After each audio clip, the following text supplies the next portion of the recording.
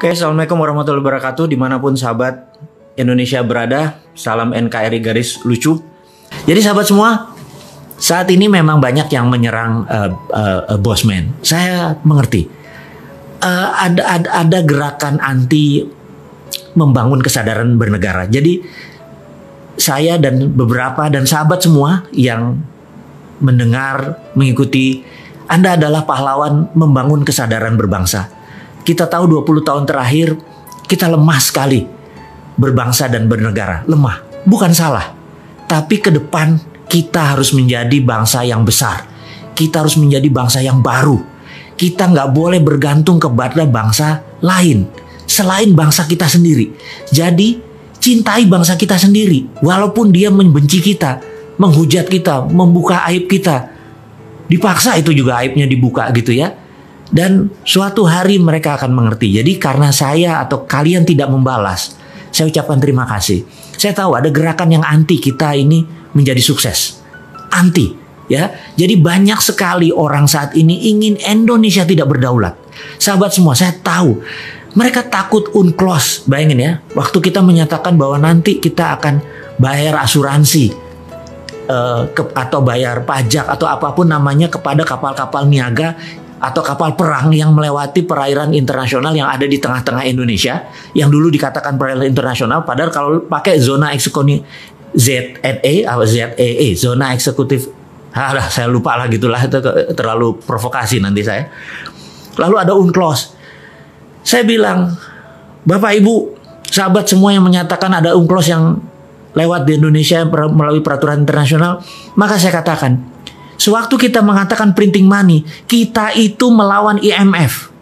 Kita dari pertama sudah mengatakan bahwa capek kerja sama IMF itu. Yuk kita berani berdaulat dengan printing money. Caranya saya ajari. Sabar ya, saya ajari. Pasti. Banyak kok tim-tim yang bisa mengajari tentang modern monetary theory. Dan ini semua tentang printing money. Jadi IMF aja kita lawan. Kenapa UNCLOS nggak kita lawan? Kita harus lawan bahwa kita mau berdaulat.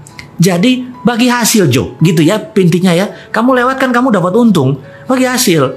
Tainya kamu buang di Indonesia, minyaknya kamu buang di Indonesia, kotor itu laut Indonesia.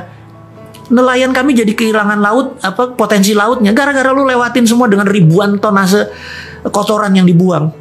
Bayar asuransinya. Masa dibilang kita nggak tahu UNCLOS? Saya tahu UNCLOS. Saya baca UNCLOS. 18 tahun di dunia bidang yang sama tersebut, tahu hal-hal seperti itu. Tapi demi bahasa populis, jadi kita tidak usah membuat kata-kata yang menjadi detail, menjadi terlalu sains. Anak-anak milenial, ya saya tahu Anda seumur saya lah yang orang-orang komplain itu. Anak-anak milenial nggak baca buku. Lebih baik kita ajarkan yang ringan-ringan aja gitu ya. Kemudian kita tahu saat ini takut sekali modern monetary dijalankan oleh kita. Takut sekali bahwa kita akan menggunakan sovereign wealth fund. Ya, sekedar mengingat sahabat semua, adik-adikku mungkin ya, Anda semua di bawah saya, umurnya saya ini kolonial. Saya menyatakan bahwa saya titipkan bangsa ini kepada Anda. Saya ajarin apa itu SWF. SWF adalah sovereign wealth fund. Tahun 70-an, Pak Ibnu Sutowo pernah menggunakan SWF ini. Dia dulu namanya kalau nggak salah Kuda Laut. Kuda Laut ini adalah BUMNK, Badan Usaha Milik Negara Khusus. Jadi anggap sekarang ini SKK Migas, Satuan Kerja Khusus Migas itu sebenarnya BUMNK, Badan Usaha Milik Negara Khusus. Jadi Kuda Laut adalah BUMNK di mana sebagian minyak di forward oleh Pak Ibnu Sutowo, dan uang yang diterima di depan itu untuk membangun Krakatau Steel dan beberapa industri penting, karena sekali lagi tanpa industri Indonesia tidak menjadi negara berdaulat. Jadi karena waktu itu kita nggak punya uang, kita menggunakan strategi SWF. Jadi secara jurisprudensi, secara bahasa hukum, SWF itu pernah dilakukan, dan SWF adalah pelaksanaan pengejawantahan pasal 33 dalam arti sebenarnya. Jadi kalau kita mengatakan ini adalah ekonomi Pancasila dengan mempraktekkan pasal 33, SWF itu match atau cocok. Jadi aset negara masih milik negara. Jadi contohnya gini, Freeport ya.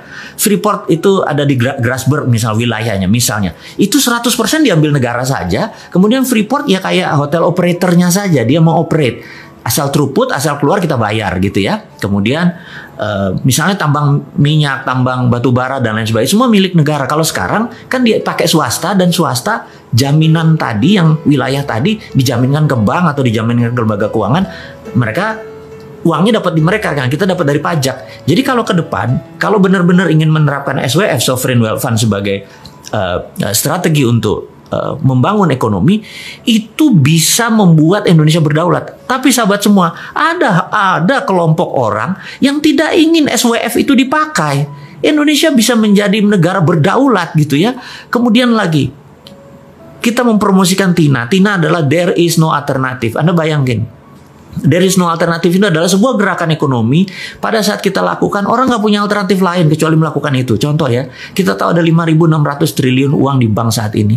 Jadi Anda yang taruh 1 miliar di bank, ada yang 1 triliun di bank, Anda dapat deposito bunganya misalnya 50 miliar setahun. 1 miliar itu uang 1 triliun tadi Anda dapat 50 miliar. Anda bayangin, kalau seandainya TINA diterapkan, there is no alternative, di mana bunga deposito adalah 0 gitu ya, apa yang terjadi?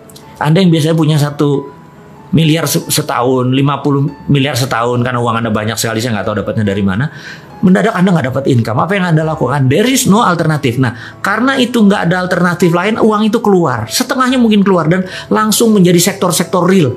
Langsung menjadi bantu UKM, bantu tanah, langsung dia berusaha, dan itu ekonomi muter dalam seketika. Jadi sahabat semua, itu adalah TINA. Dan ada satu hal lagi yang membuat saya sejak tahun 99 begitu IMF berdaulat, sekali lagi ya, saya ini bukan melawan IMF, saya hanya men-challenge IMF supaya kita bisa menjadi negara berdaulat. Salah satunya adalah sistem perbankan ini saat ini adalah aset based loan. Aduh, maaf ya kok saya sahabat semua kalau saya ngomong kecepatan saking semangatnya gitu ya. Kalau ketemu Anda semua tuh saya tuh rasanya alive gitu, karena hidup saya adalah untuk Anda semua gitu ya. Nah, ada namanya aset based loan. Aset based loan ini begini. Kalau Anda pinjam bank atau pinjam apapun, entah bank syariah, entah bank apapun, maka bank akan bertanya, ada jaminan nggak gitu ya? Itu namanya asset based loan.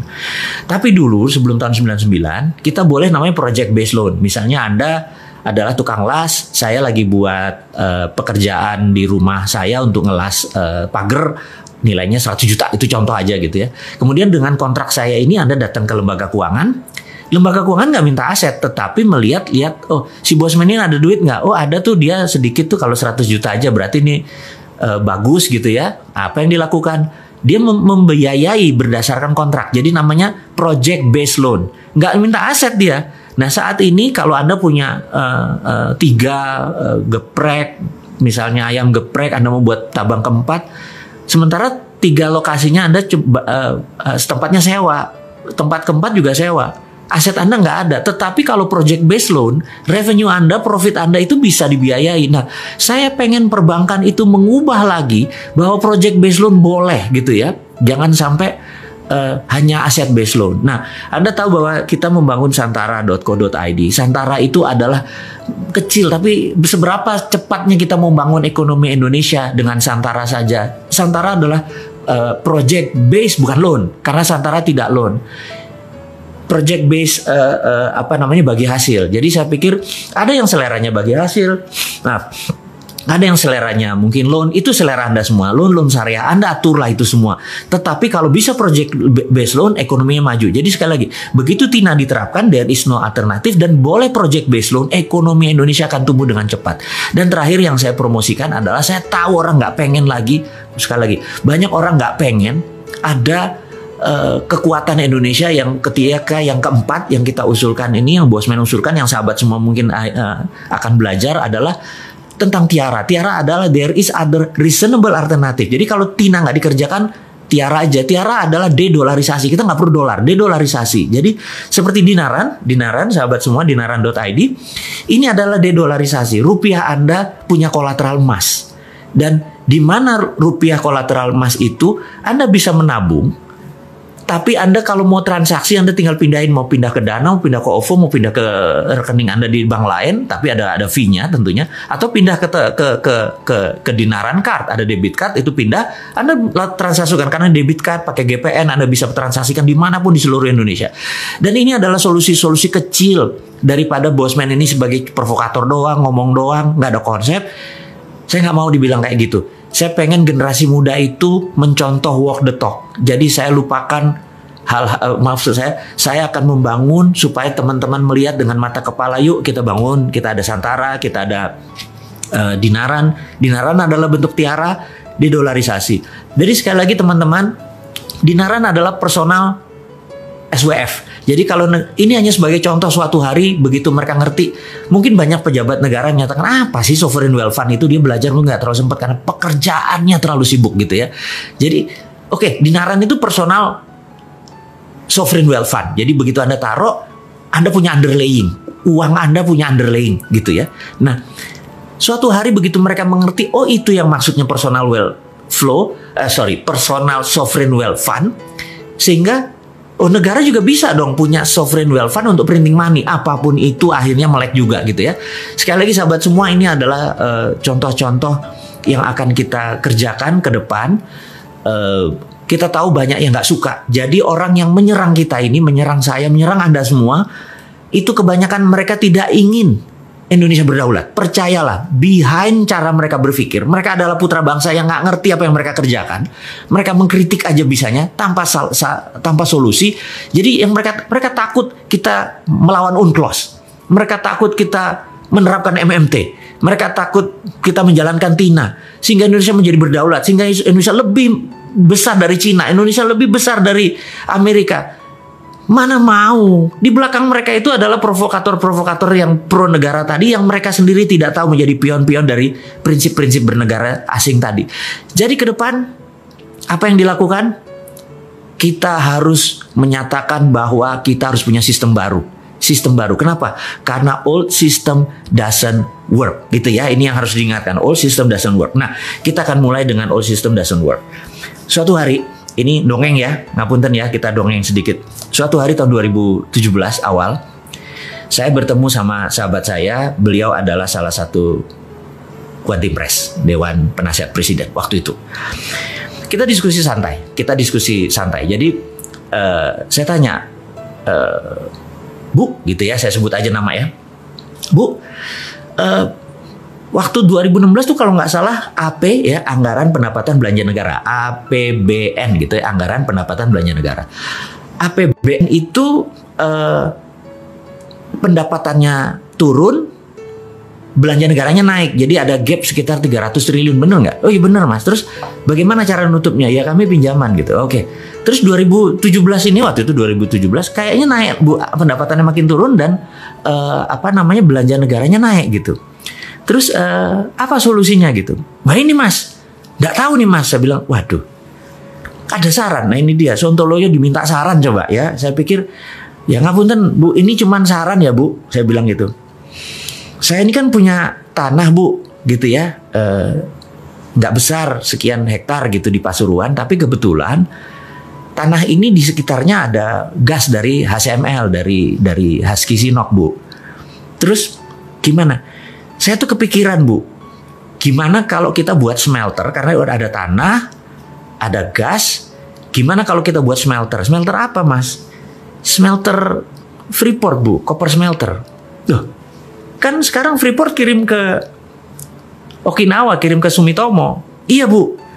Jadi gini Bu, saya bilang tolong terbitin yang namanya DMO. DMO adalah singkatan dari Domestic Market Obligation. Oke, DMO ya. Jadi kalau kamu dapat demo gini, saya bilang kalau saya dapat demo, maka Domestic Market Obligation itu terjemahannya adalah gini, Freeport tidak boleh mengekspor koper konsentratnya sampai kebutuhan domestik terpenuhi, gitu ya. Itu peraturan WTO, jadi Domestic Market Obligation. Jadi begitu kita membangun koper smelter tadi, kemudian pegang DMO, maka Freeport harus mengisi dulu ini, baru dia ekspor. Nah, saya ini kan termasuk orang yang nggak setuju diekspornya bahan mentah koper doang, padahal di dalam koper konsentrat tadi itu kan ada gold, ada platinum, ada uranium dan lain sebagainya gitu ya. Ini. Nah, kemudian apa yang dilakukan oleh DMO ini? Jadi dengan adanya DMO Bu, saya bilang gitu ya, dengan adanya Domestic Market Obligation, saya bisa nyari pinjaman. Modalnya berapa? $2 billion. Mas punya 2 billion? Punya Bu. Wah ini kan agak gila. Punya 2 billion gimana caranya gitu? Gini Bu, dengan DMO Saya minta 1 juta koper konsentratnya Freeport tidak dikirim tapi masuk ke pabrik kita. Kita akan bangun dengan sekitar 30 triliun. Investasinya sekitar 2,5 billion US dollar waktu itu. Duitmu dari mana? Gini Bu, nanti kan kita akan menghasilkan 100 ton emas per tahun. Dikalikan 20 tahun kan 2 ton. Nah Bank Indonesia ambil yang 2 ton tadi sebagai jaminannya. Lalu Bank Indonesia terbitin bond Bu. Bond. Jadi Bank Indonesia nggak usah keluarin duit. Terbitin aja bond. Selama 20 tahun ke depan nilainya 6 billion dolar. Nah dengan bond 6 billion dolar itu Bu, saya ke pasar internasional saya bisa cari duit untuk membangun 2,2 billion. Jadi saya moderat, modal dengkul urat Bu gitu. Oh ibunya ngakak gitu ya. Oke saya paham. Nah dengan demikian kita 2 ton emas tadi kita bisa printing money Bu. Ibu bisa nyetak seperti sekarang 5 kali lebih banyak dari printing money dan kita nggak berhutang gitu ceritanya. Oh aku paham katanya, aku paham gitu ya. Jadi itu adalah prinsip saya berkontribusi. Tapi terus ada proposal. Maaf, ada proposal. Ada Bu, saya udah siapin 1 lembar. Oke, nanti saya diskusikan hal ini gitu ya. Nah, sahabat, singkat semua. Saya pamit dan nggak lama kemudian 1 bulan, 2 bulan lewat, saya tanya, Bu, gimana usulannya? Nggak bisa karena keluar PP nomor 1 tahun 2017 tentang IUPK iya udah saya paham. Saya bilang lanjut deh, saya bilang gitu nggak apa-apa karena itu pilihan bernegara. Jadi sekali lagi sistemnya berbeda. Jadi saya cuman mengingatkan bahwa kita pernah mengusulkan bahwa menggunakan kekuatan Freeport. Jadi jangan diambil Freeportnya, tapi diambil kemanfaatan produknya yaitu gold. Dengan gold inilah kita printing money, itu prinsip saya.